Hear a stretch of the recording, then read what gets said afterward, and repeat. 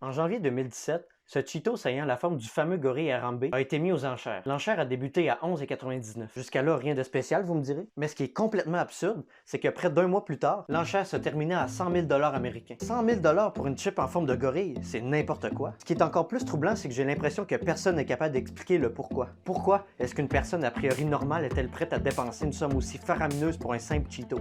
Dans cette vidéo, je vais vous montrer comment une telle chose est possible grâce à un mécanisme psychologique que personne n'est à l'abri. Et bien sûr, c'est très facile d'émettre sa propre petite théorie en énumérant des faits. Je vais donc aller encore plus loin en vous montrant comment vous aussi vous avez déjà été victime de ce mécanisme, et ce, sans même vous en rendre compte.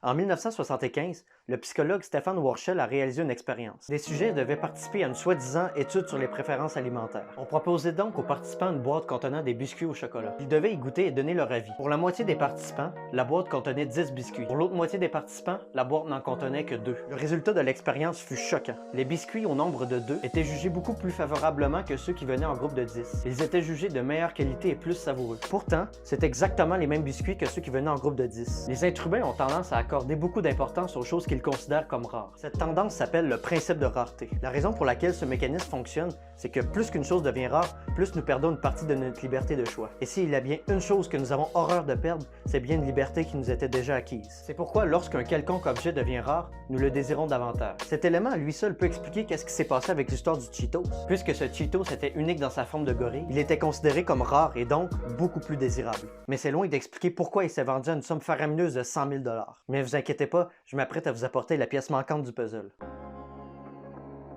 Une technique de pêche en Asie consiste à lancer une grande quantité de nourriture dans l'eau à de grands bancs de poissons. Pas beaucoup de temps passe pour que le banc de poissons s'agite et commence à grouiller pour profiter du festin. Ils se dépêchent et gobent tout ce qu'ils peuvent gober pour profiter le plus possible du festin avant qu'il ne reste plus rien. Les pêcheurs n'ont alors qu'à lancer un hameçon dans le tas et ils sont assurés de récupérer une prise. Durant le vendredi noir, c'est exactement la même chose qui se passe mais à l'échelle humaine. Les gens sont attirés par des bas prix et, une fois arrivés sur place, ils sont plongés dans un contexte de compétition pour pouvoir profiter des prix les plus bas avant les autres. Ainsi, beaucoup de gens perdent la tête et finissent par acheter des choses dont ils n'avaient même pas besoin au départ. C'est donc ce sentiment de compétition pour une ressource qui fait perdre la tête aux gens. Et pour ce qui est du Cheetos vendu 100 000 $, c'est exactement la même chose.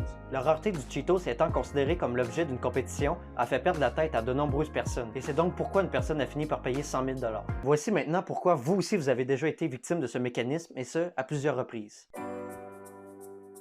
Beaucoup d'entreprises proposent des rabais avantageux à leurs clients, ou du moins, des prix qui ont l'air avantageux. Ce qui se passe réellement, c'est qu'une rareté artificielle est créée. C'est une rareté temporelle. Par exemple, plus de 3 jours avant la fin des soldes. D'autres entreprises, comme McDonald's, utilisent plutôt des coupons rabais. Ces coupons rabais ne sont disponibles que pour un temps limité. Certaines entreprises, comme Apple, utilisent le principe de rareté en proposant des éditions limitées de leurs produits. Si vous avez déjà magasiné sous une des contraintes que je viens d'énumérer, eh bien, vous avez déjà été victime du principe de rareté. Et dans la plupart des cas, il n'y a rien de grave à cela, mais reste que ça en dit beaucoup sur notre psychologie qui est beaucoup moins rationnelle que nous le pensons. Sur ce, je vous remercie d'avoir écouté cette vidéo jusqu'au bout et on se retrouve pour la prochaine vidéo.